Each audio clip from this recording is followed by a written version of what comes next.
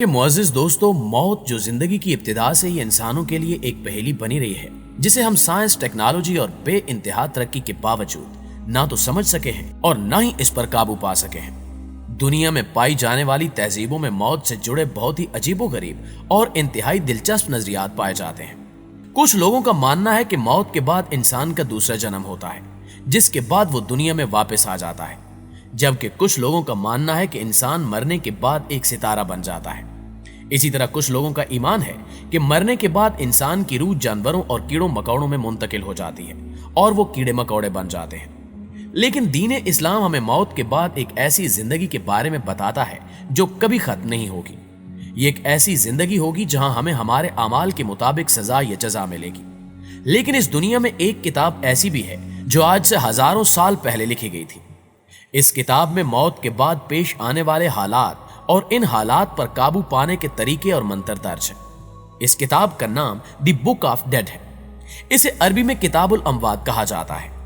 آج کی زیر نظر ویڈیو اسی کتاب کے گرد گھومتی ہے کہ آیا یہ کس نے لکھی؟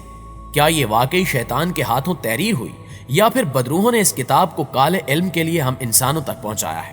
حقیقت کیا ہے یہ تو آپ ویڈیو دیکھ کر ہی معلوم کر پائیں گے، اس لیے آپ سے التماس ہے کہ ویڈیو کو آخر تک ضرور دیکھیے گا، اور اگر آپ کو ہماری ویڈیوز اچھی لگیں تو انہیں لائک کرتے ہوئے اپنے دیگر دوستوں کے ساتھ شیئر کر کے ہماری حوصلہ افزائی ضرور کیا کیجیے۔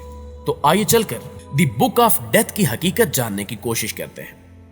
معزز ناظرین گرامی، کتاب الاموات ایک قدیم مصری دستاویزات کا مجموعہ مانا جاتا ہے جس میں منتر، مناجات، دعائیں اور حمدیں وغیرہ شامل ہیں۔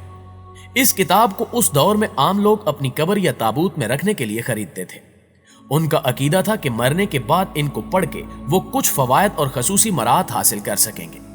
قدیم مصریوں کے نزدیک کتاب الاموات الہامی، مقدس اور آسمانی کتاب تھی، اور مصری تہذیب کے مطابق سوس نامی دیوتا نے تخلیق کائنات کے وقت جو کلمات ادا کیے تھے، یہ کتاب انہی کلمات کا مجموعہ ہے، جس پر عمل کرتے ہوئے پتا دیوتا نے آفرینش کا کام سر انجام دیا۔ چونکہ مصریوں کے خیال میں کتاب الاموات کا خالق سوس دیوتا تھا، اس لیے وہ اپنی تاریخ میں اسے انتہائی مقدس خیال کرتے رہے اور حد درجہ احترام بجا لاتے رہے۔ اس کتاب کا موضوع حیات بعد از وفات ہے۔ یہ خاص کے لیے نہیں بلکہ عوام کے لیے لکھی گئی تھی، اور اس کے ابواب میں مسلسل اضافہ کیا جاتا رہا۔ اب تک کی تحقیق کے مطابق اس کے ابواب کی تعداد 190 تک پہنچ چکی ہے۔ اس کتاب میں مناجات، دعائیں، اقوال اور منتر وغیرہ لکھے ہوئے ہیں۔ قدیم مصری باشندوں کا عقیدہ تھا کہ اس کتاب سے رہنمائی لیتے ہوئے وہ اگلی زندگی کا سفر اچھی طرح کر سکیں گے۔ پیارے دوستو، یہ بات بھی تعجب سے کم نہیں کہ مصر کا ہر باشندہ اس کتاب کو ساتھ رکھتا تھا تاکہ موت کے بعد اس کتاب کو اس کے ساتھ ہی دفنایا جا سکے۔ دراصل قدیم مصریوں کا یہ عقیدہ تھا کہ موت کے بعد انسان کی روح ایک بھرپور مشکل سفر پر روانہ ہو جاتی تھی، جہاں اس کو بہت سی بلاؤں کا سامنا کرنا پڑتا تھا، جبکہ اس کتاب کی مدد سے اس کی روح یہ تمام سفر بہت آسانی سے طے کر پاتی تھی۔ مصری تہذیب کی ابتدا میں یہ منتر بہت زیادہ خاص تھے، جو ان کی موت کے بعد ان کے مقبروں کی دیواروں پر تحریر کیے جاتے تھے۔ اسی طرح الگ الگ دیوتاؤں کو خوش کرنے کے لیے الگ الگ منتر وجود رکھتے تھے۔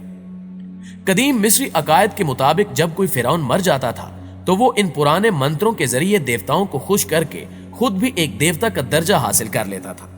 یعنی مصریوں کے مطابق فرعون اپنی موت کے بعد بھی ایک حکمران کا درجہ رکھتا تھا۔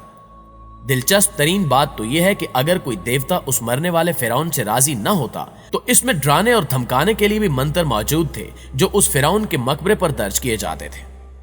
ناظرین گرامی، کچھ صدیوں بعد یہ منتر عام ہو گئے اور خوشحال گھرانوں کے لوگ ان منتروں کو اپنے تابوتوں پر نقش کروانے لگے، لیکن یہ فرعونوں کے شاہی مقبروں پر لکھے گئے شاہی منتروں سے الگ تھے، جن کا مقصد مرنے والے کو بلاؤں سے محفوظ رکھنا تھا اور اس آخری سفر میں اس کی رہنمائی کرنا، اور دیوتا کی طرف سے کیے جانے والے سوالات کے جوابات ان منتروں میں موجود ہوتے تھے۔